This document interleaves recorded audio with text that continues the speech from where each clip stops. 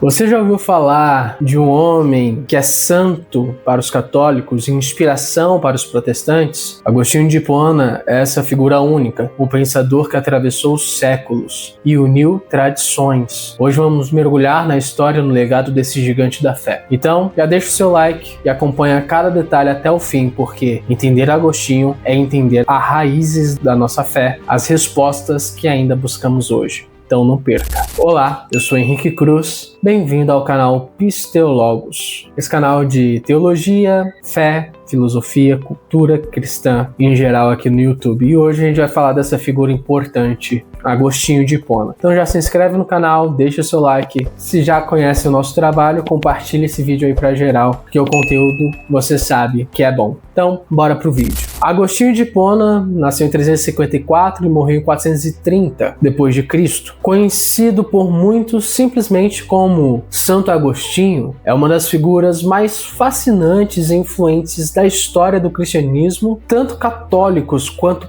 protestantes o reverenciam, mesmo que cada tradição valorize aspectos diferentes de sua obra e de seu pensamento. O que torna tão singular é justamente sua capacidade de dialogar com diferentes correntes de pensamento e sua influência que atravessa séculos, moldando a teologia, a filosofia e a espiritualidade cristã até os dias de hoje. Ele nasceu em Tagaste, uma pequena cidade no norte da África, região que hoje faz parte da Argélia. Seu contexto era o de um império romano em transformação, com o cristianismo crescendo rapidamente, mas ainda convivendo com outras religiões, filosofias e tradições culturais. Desde jovem, Agostinho foi uma pessoa inquieta, sempre em busca de resposta para as grandes questões da vida. Quem somos?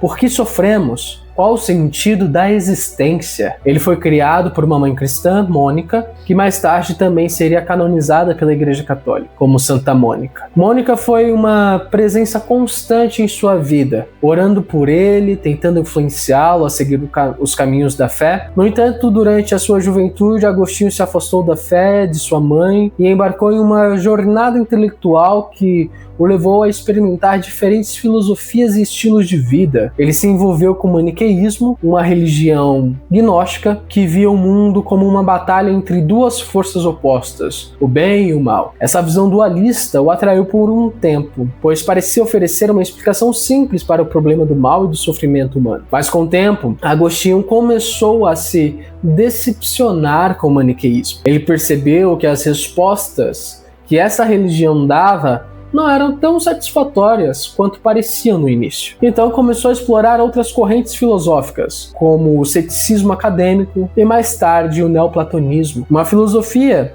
que enfatizava a busca da alma pelo retorno ao um, o princípio divino supremo. Durante essa fase, Agostinho também buscou prazeres terrenos e uma vida de sucesso social. Ele se tornou professor de retórica, uma profissão muito respeitada na época, e cultivava ambições de prestígio e reconhecimento intelectual. Ao mesmo tempo, viveu relacionamentos amorosos e teve um filho fora do casamento chamado Adeodato, que significa dado por Deus. E apesar de toda essa busca por satisfação intelectual e emocional, Agostinho continuava inquieto. Algo dentro dele parecia não se encaixar completamente. Ele mesmo descreveu esse sentimento em uma de suas frases mais conhecidas: "Fizeste-nos para ti, e inquieto está o nosso coração enquanto não repousa em ti." Essa frase resume bem a jornada. Esse processo de busca culminou em sua conversão ao cristianismo no ano 386. Esse momento foi profundamente influenciado por duas coisas principais: os sermões de Ambrósio, bispo de Milão, que mostravam como a fé cristã podia dialogar com a filosofia clássica, e a leitura das escrituras, especialmente um episódio que narra em suas obras Confissões. Nas Confissões, Agostinho conta que em um momento de profunda angústia, ouviu uma voz de criança dizendo: "Toma e lê, toma e lê." Ele interpretou aquilo como um chamado divino e abriu as escrituras, caindo em um trecho da carta de Paulo aos Romanos, que falava sobre abandonar as obras da carne e revestir-se de Cristo. Essa experiência impactou profundamente e o levou a abandonar os seus antigos estilos de vida e se entregar totalmente à fé cristã. Sua conversão não foi apenas uma mudança de crença intelectual, foi uma transformação total de vida, uma reorientação de seus desejos,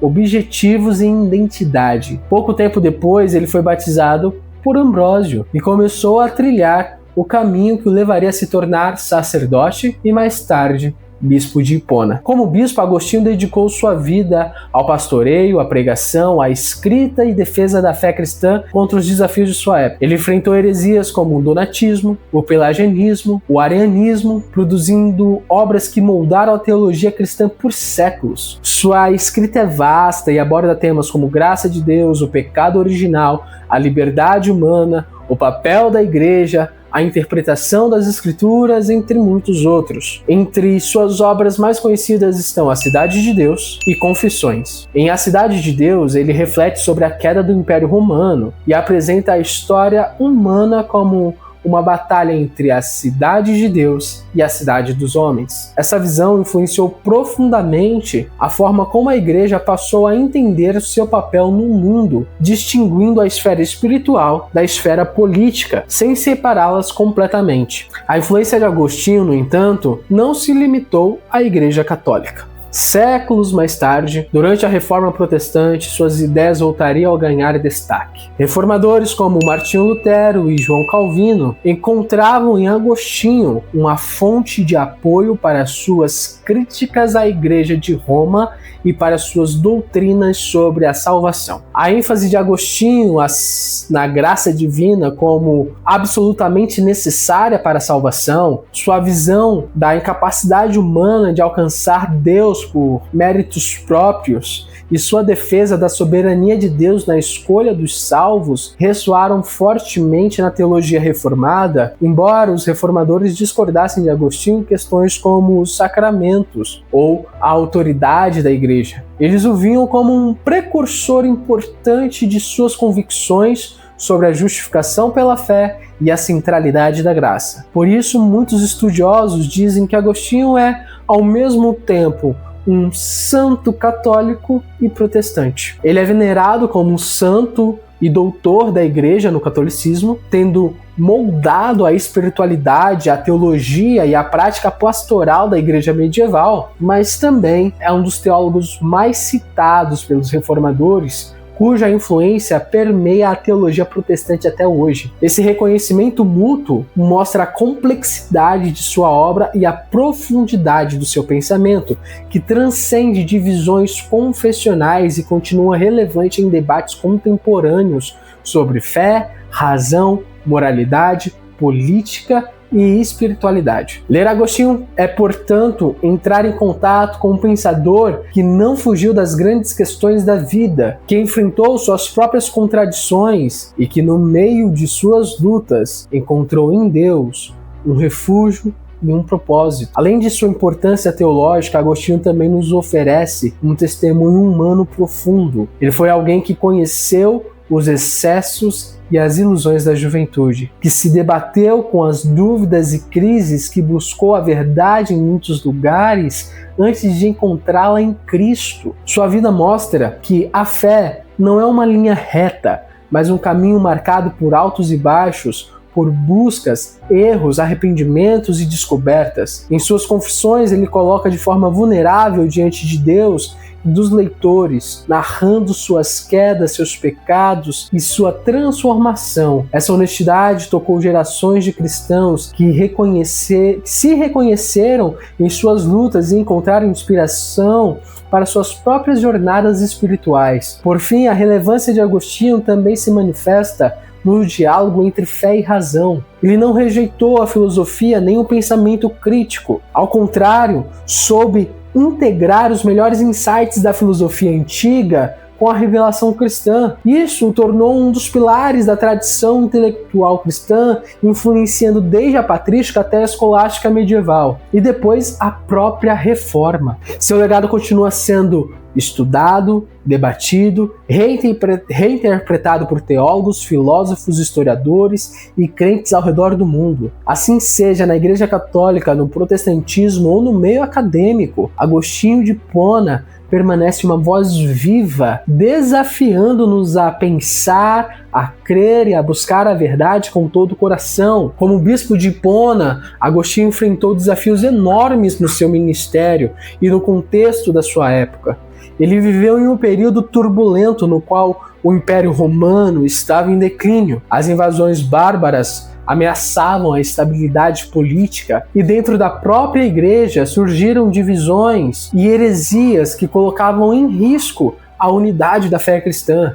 Diante desse cenário, Agostinho se tornou não apenas um líder espiritual da sua comunidade, mas também um pensador incansável, dedicado a defender a ortodoxia da fé cristã e a responder às questões teológicas e filosóficas mais complexas do seu tempo. 3 grandes controvérsias marcaram o seu ministério como bispo: o donatismo, o pelagianismo e o arianismo. O donatismo foi uma divisão dentro da igreja na África do Norte, ligada às questões de pureza moral e de autoridade eclesiástica. Os donatistas defendiam que os ministros da igreja que haviam falhado ou traído a fé durante as perseguições não podiam mais administrar os sacramentos válidos. Em outras palavras, eles acreditavam que a eficácia dos sacramentos dependiam da santidade pessoal do sacerdote. Agostinho se opôs firmemente a essa visão. Para ele, os sacramentos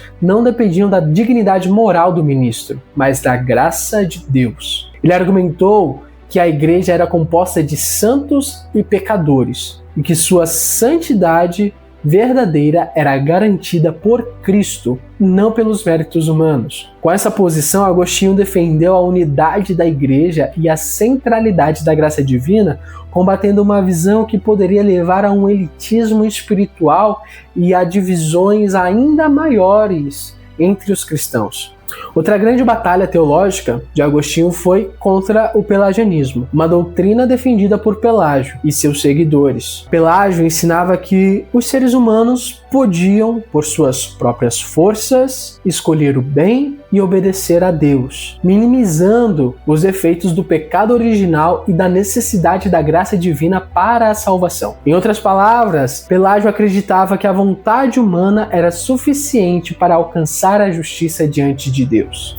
Agostinho viu nesse ensino uma grave ameaça à essência do Evangelho. Para ele, o pecado original havia corrompido profundamente a natureza humana, de modo que ninguém podia voltar-se para Deus ou praticar o bem verdadeiro sem a ajuda da graça. Ele insistiu que até mesmo o primeiro passo em direção a Deus era resultado da graça preveniente, isto é, uma graça que vem antes da decisão humana. Essa ênfase na dependência total da graça moldaria profundamente a doutrina cristã, influenciando séculos de teologia, tanto católica quanto protestante. O arianismo, por sua vez, era uma heresia cristológica que negava a plena divindade de Cristo Jesus, afirmando que o Filho era uma criatura subordinada ao Pai. E embora o Concílio de Nicéia, em 325 d.C., vou deixar aqui no card também o nosso vídeo sobre o Concílio de Nicéia para você ver, lá a gente discute um pouco mais sobre o que é o arianismo, e o Concílio já tivesse condenado o arianismo,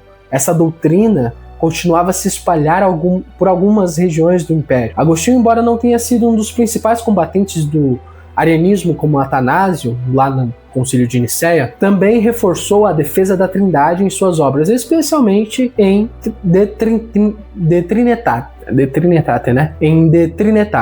ou sobre a Trindade. Ele aprofundou a reflexão sobre o relacionamento entre as 3 pessoas da Trindade, utilizando analogias tiradas da experiência humana com a mente, o conhecimento e o amor para explicar como Deus podia ser uno e trino ao mesmo tempo. Sua teologia trinitária teve grande impacto na tradição cristã, influenciando pensadores da Idade Média e além. Entre muitas obras que Agostinho escreveu, uma das mais influentes foi De Civitate Dei, a cidade de Deus. Ele a escreveu em resposta às acusações de que o cristianismo havia sido responsável pela queda de Roma quando os visigodos saquearam a cidade em 410 d.C.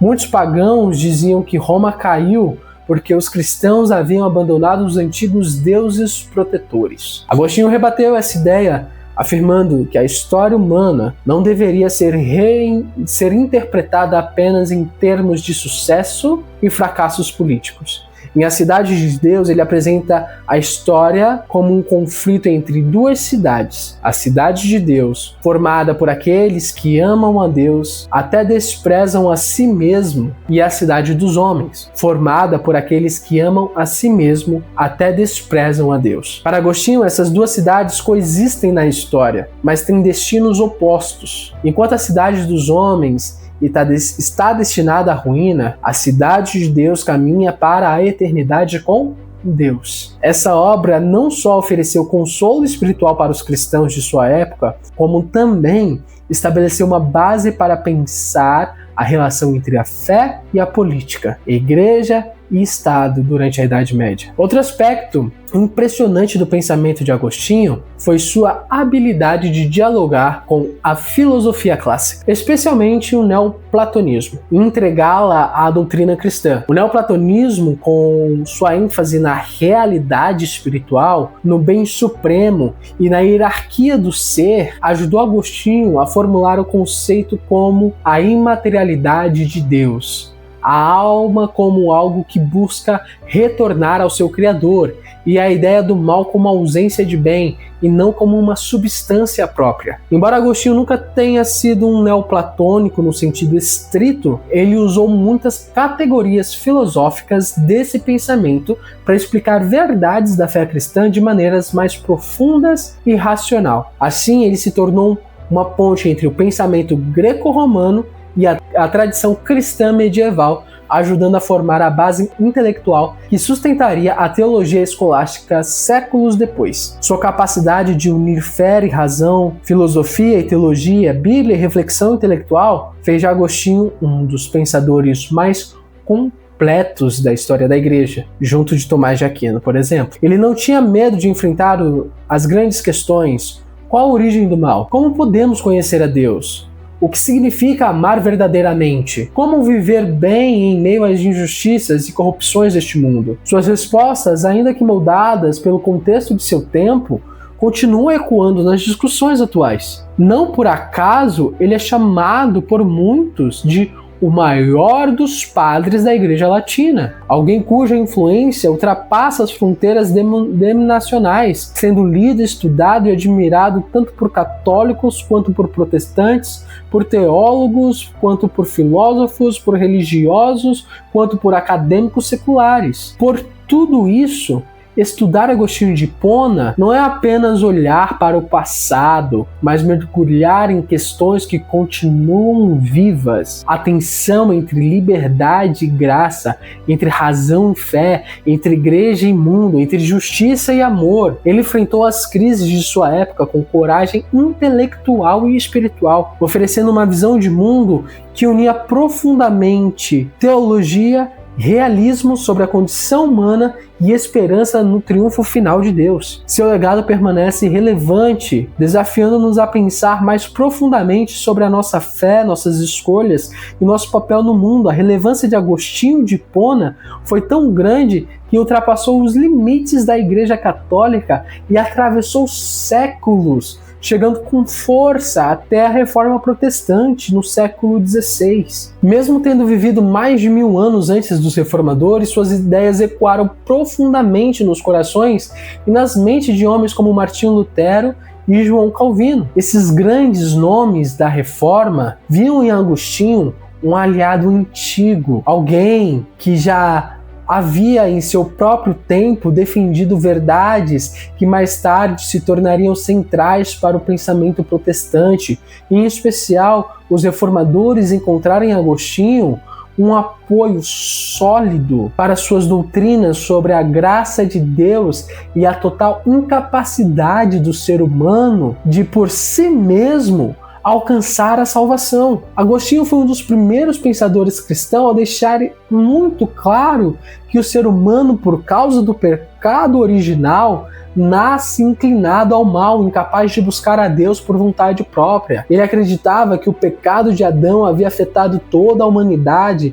de tal forma que ninguém conseguia, por esforço próprio, agradar a Deus ou merecer a salvação. Para Agostinho, a única esperança do homem estava na graça soberana de Deus, uma graça que vinha primeiro, que tocava o coração humano, antes mesmo que ele pudesse dar qualquer passo em direção ao Senhor. Essa graça preveniente, como ficou conhecida, era um ato livre e misericordioso de Deus, despertando no homem a fé e o desejo de obedecer. Sem ela, o homem permaneceria preso à sua própria natureza caída. Martinho Lutero, ao ler Agostinho, encontrou um eco profundo de suas próprias lutas espirituais. Lutero também havia passado por momentos de grande angústia, tentando agradar a Deus por meio de obras e penitências, mas sempre sentindo que não era suficiente. Quando finalmente compreendeu a doutrina da justificação pela fé, percebeu que a salvação era um presente gratuito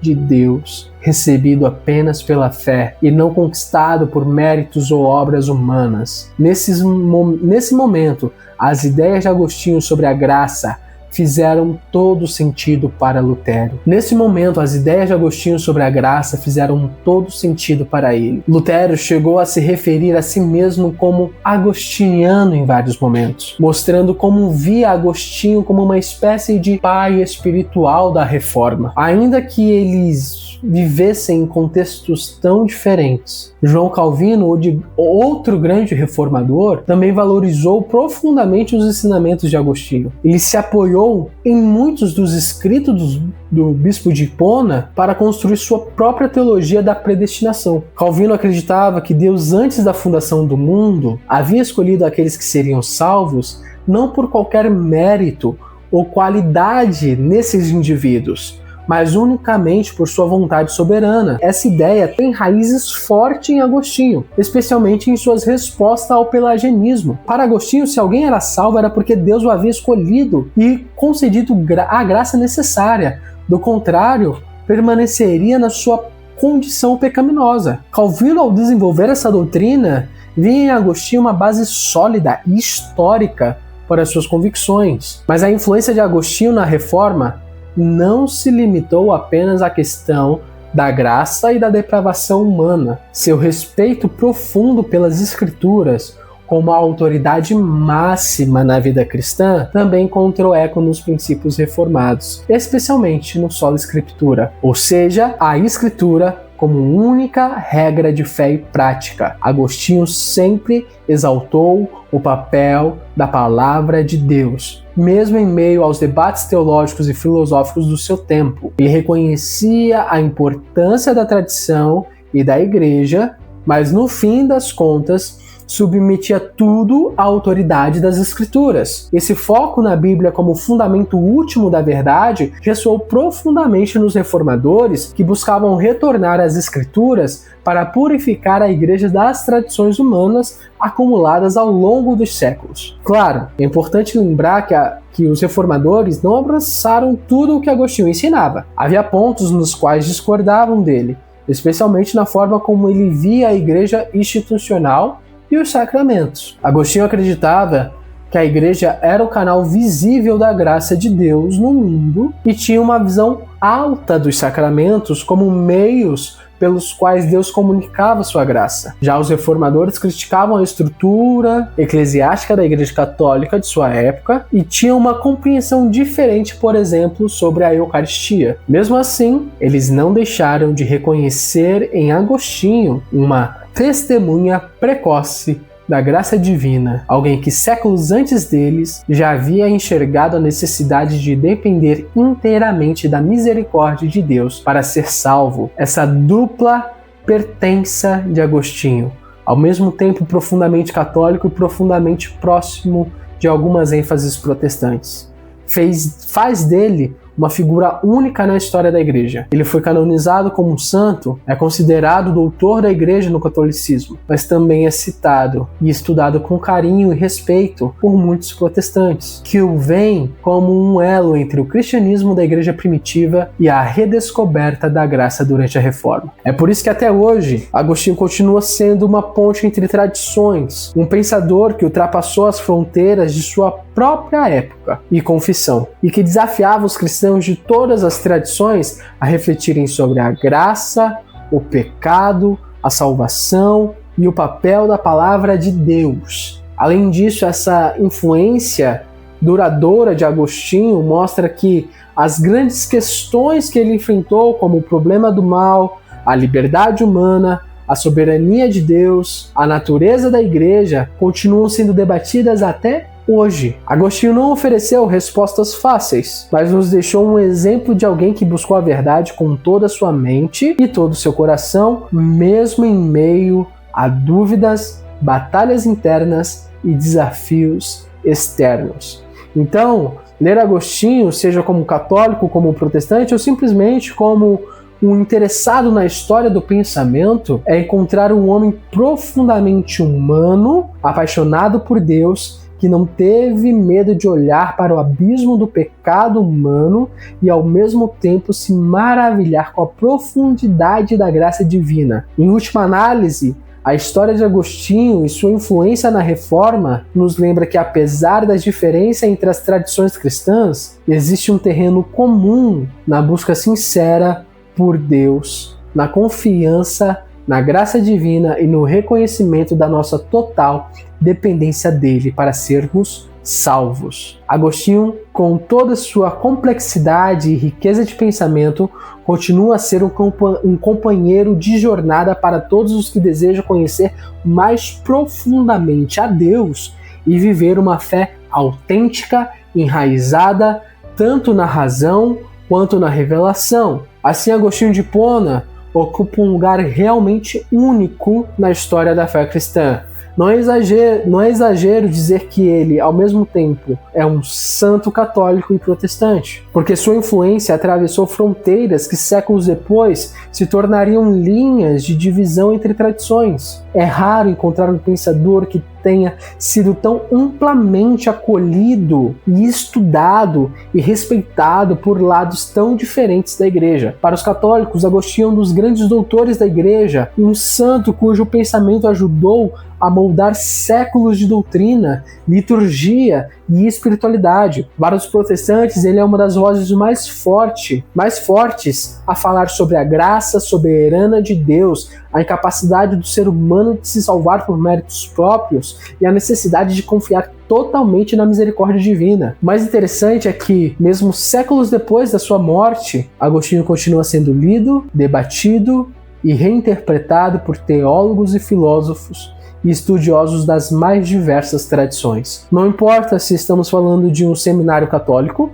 de uma faculdade protestante ou de uma universidade secular, Agostinho sempre aparece como uma figura central para entender o pensamento cristão. Sua obra tem uma profundidade que permite múltiplas leituras. É como um grande rio que alimenta diferentes afluentes, cada um buscando nele algo que o fortaleça e o alimente. Alguns se encantam com sua visão da graça, outros com a sua teologia da igreja, outros ainda com suas reflexões sobre o tempo, a memória, a alma, a relação entre a fé e a razão. Essa ampla recepção de Agostinho mostra que seu pensamento não é nem raso nem simplista. Ele lida com grandes questões da existência humana, o sentido da vida, a luta contra o mal, o desejo de felicidade, a busca por Deus, o peso da culpa, o poder da graça. Ele escreve como alguém que conhece por experiência própria as batalhas internas do coração humano. E talvez seja isso que torna os seus textos tão vivos e atuais. Agostinho não fala de um lugar de distanciamento teórico, mas como alguém que enfrentou dúvidas, tentações, erros, arrependimentos, descobertas. Suas palavras carregam a honestidade de quem olhou para dentro de si mesmo e não fugiu do que encontrou ali. ele teve coragem de expor suas fraquezas e por isso tantos leitores ao longo da história se reconheceram em suas confissões. Ao mesmo tempo, Agostinho foi um gigante intelectual. Ele não teve medo de dialogar com os grandes filósofos da antiguidade como Platão, Aristóteles e Plotino. Ele leu, estudou, debateu e soube usar a filosofia para enriquecer a compreensão da fé cristã, mas nunca colocou a filosofia acima das escrituras. Para ele, a Bíblia era a autoridade final, o critério último pelo qual tudo deveria ser julgado. Essa postura de respeito às escrituras, combinada com a abertura ao diálogo intelectual, fez dele um elo entre o mundo greco-romano e a tradição cristã medieval. Ele ajudou a igreja a construir uma base sólida de pensamento capaz de sustentar sua fé em meio aos desafios culturais, filosóficos e políticos da época. É fascinante perceber que, mesmo servindo de base para a ortodoxia medieval, ou seja, para o ensino oficial da Igreja Católica durante a Idade Média, Agostinho também forneceu munição intelectual para os reformadores que no século XVI iriam questionar a própria estrutura da igreja. Martinho Lutero, por exemplo, foi monge agostiniano. Antes de iniciar a reforma, ele bebeu profundamente das ideias de Agostinho sobre graça, pecado original e justificação. João Calvino também encontrou em Agostinho um aliado importante para sua doutrina da predestinação. Ou seja, mesmo as ideias que ajudaram a Igreja Católica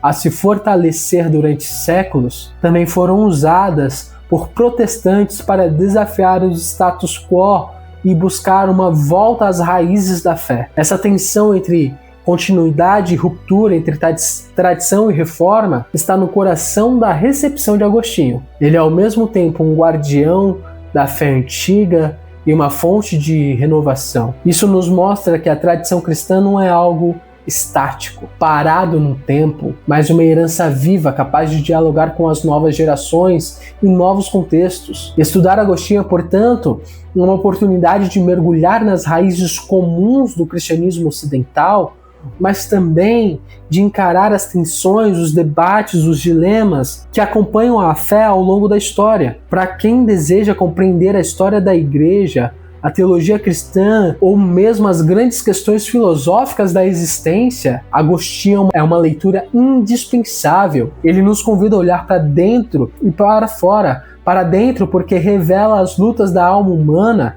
para fora porque aponta para Deus como o fim último de todas as coisas. Ele nos ajuda a perceber que o coração humano só encontra descanso em Deus. Uma mensagem que atravessa os séculos e ainda fala com forças as inquietações do mundo moderno. Mesmo em uma época de tantas vozes, tantas filosofias, tantas opiniões, a voz de Agostinho continua ecoando, chamando-nos a buscar a verdade, a graça e a misericórdia no Deus que nos criou e nos ama. No fim das contas, Agostinho de Hipona nos mostra que a fé cristã é, ao mesmo tempo, profundamente pessoal e comunitária, profundamente espiritual e intelectualmente robusta. Ele nos lembra que crer não é fechar os olhos para a realidade, mas abrir os olhos para a realidade mais profunda de todas, a realidade de Deus. Por isso, seu pensamento segue relevante, inspirador e desafiador, não importa se estamos em um púlpito católico ou protestante, em uma sala de aula ou no silêncio da oração.